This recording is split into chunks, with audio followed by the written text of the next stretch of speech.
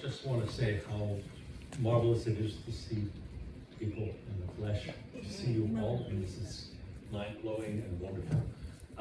It's been so long, and but to be honest, Linda and I probably would not have come today. We are concerned about COVID. I would have probably done this by Zoom, and then I heard that Erwin was being honored. How could I miss such a day? When you get to honor somebody who you have gone through the wars with, somebody who has been a trench mate, a friend, and in the end, a brother. I feel very fortunate to have known him and to be here to talk about him today, because I have a lot to say.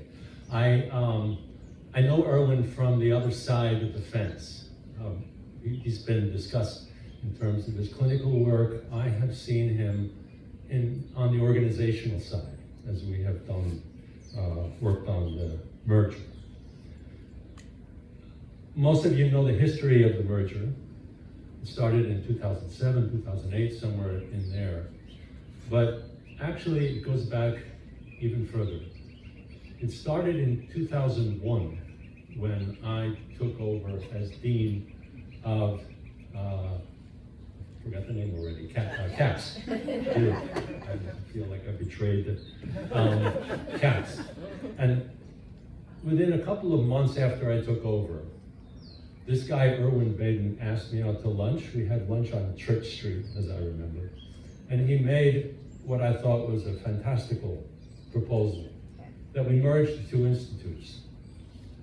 Well, I had just taken over, and I was going to create, of course.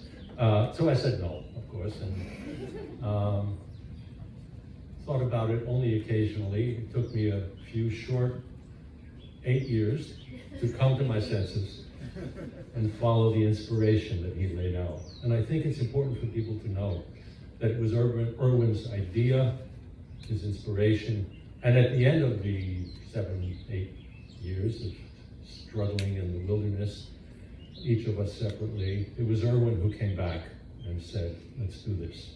And it was time. And then we began. Those of you who know about the merger know that there was a great deal of conflict. There was philosophical differences, credentialing differences, tribal differences. Erwin and I were on the phone constantly, and for I don't know how many months, maybe 6, 9 gestation period months, we spent Friday afternoons in my office hammering out a plan for this new institute. We took the worst of each, the best of each. It was like the Philadelphia Convention, back in 1776. In fact, we talked so much, and I think I told this story once a long time back, every day, weekends, nights, mornings. As the merger came to a close, a day came when I didn't hear from Erwin. And Linda, my wife, said to me, Erwin didn't call today. Are you two having a fight?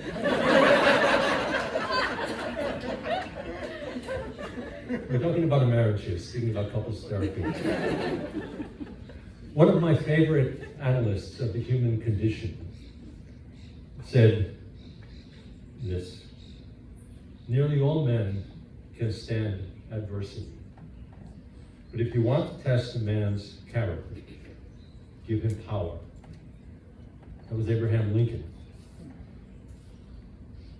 Erwin used power, but he was never used by it.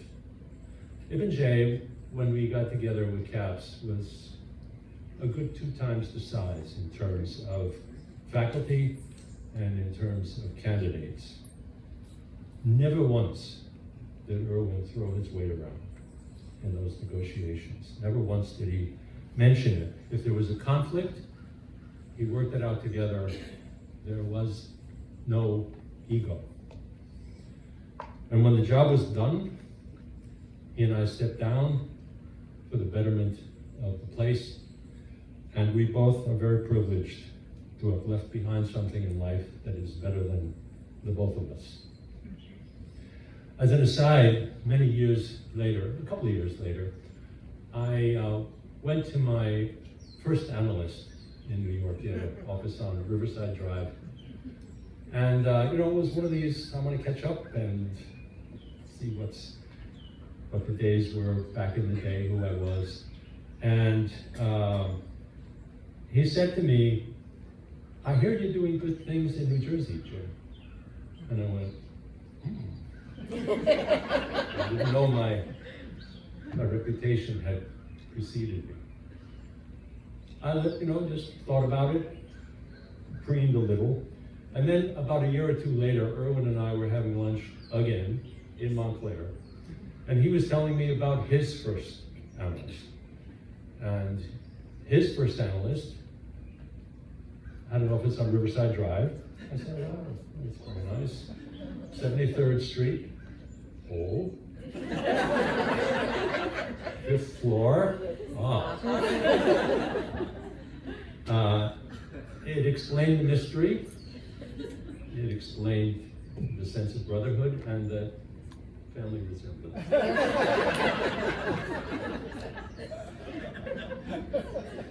By the way, going back even further, I haven't mentioned this to people, but when I first got out of graduate school, I had an office at NICAP, New York Center for Psychoanalytic Training.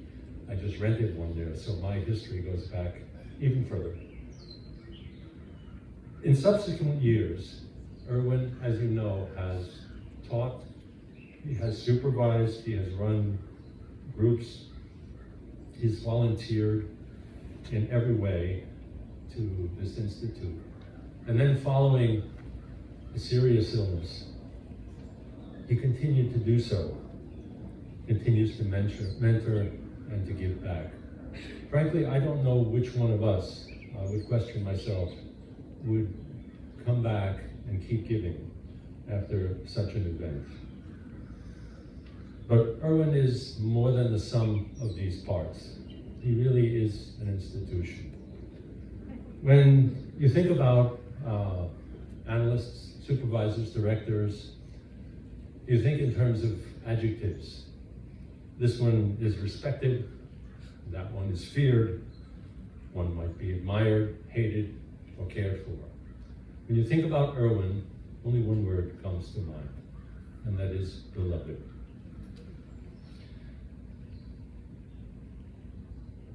Just know that whatever you know and what you see and have heard about Erwin, I assure you, there is more. There is far more. And so on behalf of all of us, Erwin, I thank you, dear friend, for everything that you have given us.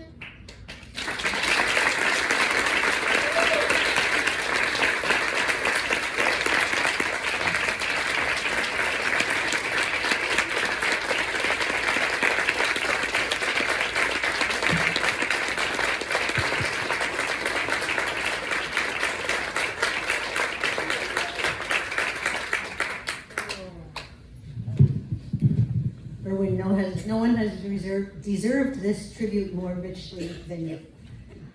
And we do have a gift for you.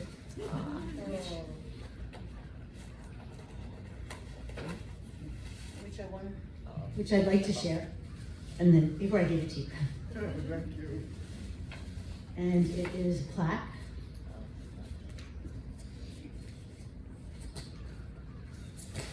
Whoops. That reads, SIP&J presents this honor to Erwin Baden for your outstanding commitment and dedication to serving the Institute as a beloved teacher, leader, supervisor, and training analyst. You have inspired generations of clinicians and psychoanalysts all across New Jersey.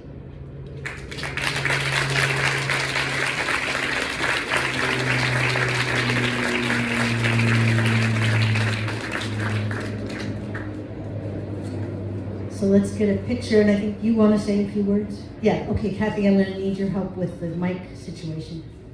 You want, somebody knows how to use a remote mic? Oh no, we bring it over to you. Okay.